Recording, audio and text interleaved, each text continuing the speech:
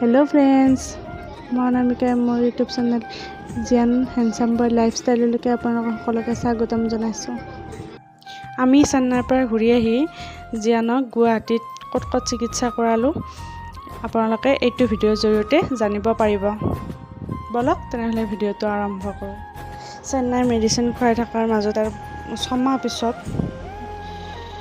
এদিন তাৰ জণ্ডিছ হ'ল। তাৰপিছত আমি গুৱাহাটী এক্সেল কেয়াৰ হস্পিটেললৈকে লৈ গ'লোঁ। তাত 4 দিন এডমিট কৰালোঁ আৰু তাতে ডক্টৰ মৃদুপ্লৱন বৰা ছাৰৰ বিচনাত ৰাখিলোঁ। মৃদুপ্লৱন বৰা ছাৰে চাই মেলি ক'লে যে তাৰ চিজাৰৰ মেডিচিনখিনি হাই পাৱাৰৰ ড'জ পৰিছে, সেইকাৰণে লিভাৰ ফাংচনটো পূৰা ডাউন হৈ গৈছে বুলি কৈছে। তাৰপিছত যেনে তেনে জণ্ডিছ ভাল কৰি আমি এক্সেল কেয়াৰৰ পৰা 4 দিন পিছত ঘৰলৈ উভতি আহিলোঁ। মৃদুপ্লৱন বৰা ছাৰে চিজাৰৰ ট্ৰিটমেণ্ট আৰম্ভ কৰিলে। তাৰপিছত ছাৰৰ ওচৰত আমি মাহে মাহে চেকআপত যাওঁ। সেই একেই প্ৰচেছ একেই। প্ৰথমতে 1 মাহ ঔষধে ৰেচপঞ্চ দিয়ে, তাৰপিছত আকৌ বঢ়া-টুটা হৈ থাকে মানে চিজাৰটো।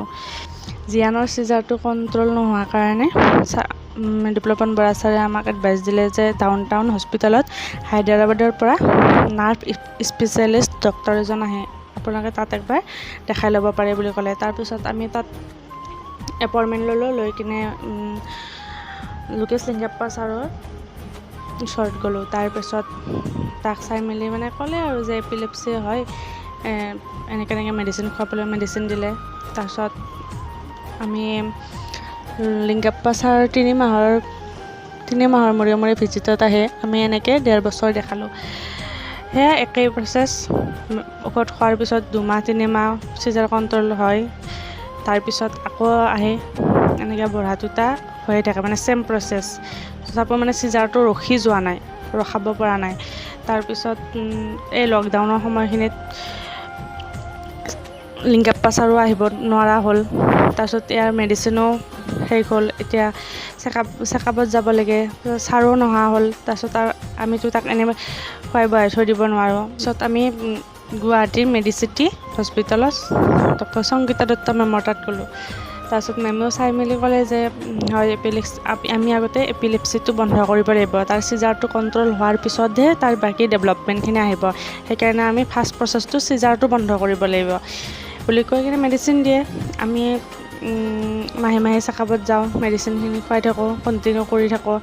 সেয়া একেই। সংগীতা দত্ত মেমৰ ঔষধ খাই কিনেও সি 1 মাহ 2 মাহত তাৰ চিজাৰটো কণ্ট্ৰল হয়, আকৌ আহে চিজাৰ। তাৰমানে পূৰা ৰখি নাযায়, চেম প্ৰচেছ। তাৰপিছত সংগীতা দত্ত মেমৰ তাত আমি 1 বছৰ ট্ৰিটমেণ্ট ল'লোঁ, নাই চিজাৰ ৰখাব পৰা নাই। পিছত আমি উপায় নাপায় আকৌ আৰু হাই পাৱাৰৰ মেডিচিন সি শুয়ে থাকে।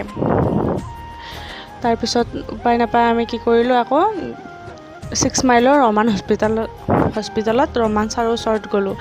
তাত ৰমান ছাৰে চাই কিনে ক'লে কি নাই, এই চিজাৰ কণ্ট্ৰল কৰিবই লাগিব কিবাকৈ হ'লেও। তাৰপিছত ছাৰেও সেয়া মেডিচিন দিয়ে, তাক আনি কিনে তাক খুৱাওঁ। ছাৰৰ ওচৰতো আমি 1 বছৰ 1.5 বছৰমান আমি ট্ৰিটমেণ্ট ল'লোঁ। তাৰপিছত আৰু ছাৰৰ ঔষধখিনিও কাম দিছিলে তাক, মানে খোৱাৰ পিছত ধুনীয়াকৈ চিজাৰটো কণ্ট্ৰল হয়, মানে কমকৈ অহা হয় কিন্তু ৰখি নাযায়। তাত ছাৰেও এয়া মেডিচিন চেঞ্জ কৰে, মাহে মাহে আমি চেকআপত যাওঁ, ছাৰে মেডিচিন চেঞ্জ কৰে, আমি তাক খুৱাওঁ, নাই চিজাৰটো ৰখি যোৱা নাই। তাৰপিছত ইমানকেইজন ডক্টৰ চেঞ্জ কৰিলোঁ, তথাপিও জিয়ানৰ চিজাৰ কণ্ট্ৰল নহ'লে। তাৰপিছত বৰ্তমান আমি গুৱাহাটীৰ নিউৰ' স্পেচিয়েলিষ্ট ডক্টৰ এজনক দেখাই আছোঁ। কাক দেখাইছোঁ, কি কথা আপোনালোকক নেক্সট ভিডিঅ'ৰ জৰিয়তে মই সকলোখিনি কথা ক'ম। ভিডিঅ'টো চাই যদি ভাল পালে লাইক কৰিব, শ্বেয়াৰ কৰিব আৰু ছাবস্ক্ৰাইব কৰিবলৈ নাপাহৰিব। আজিলৈ আহিছোঁ তেন্তে, বাই বাই।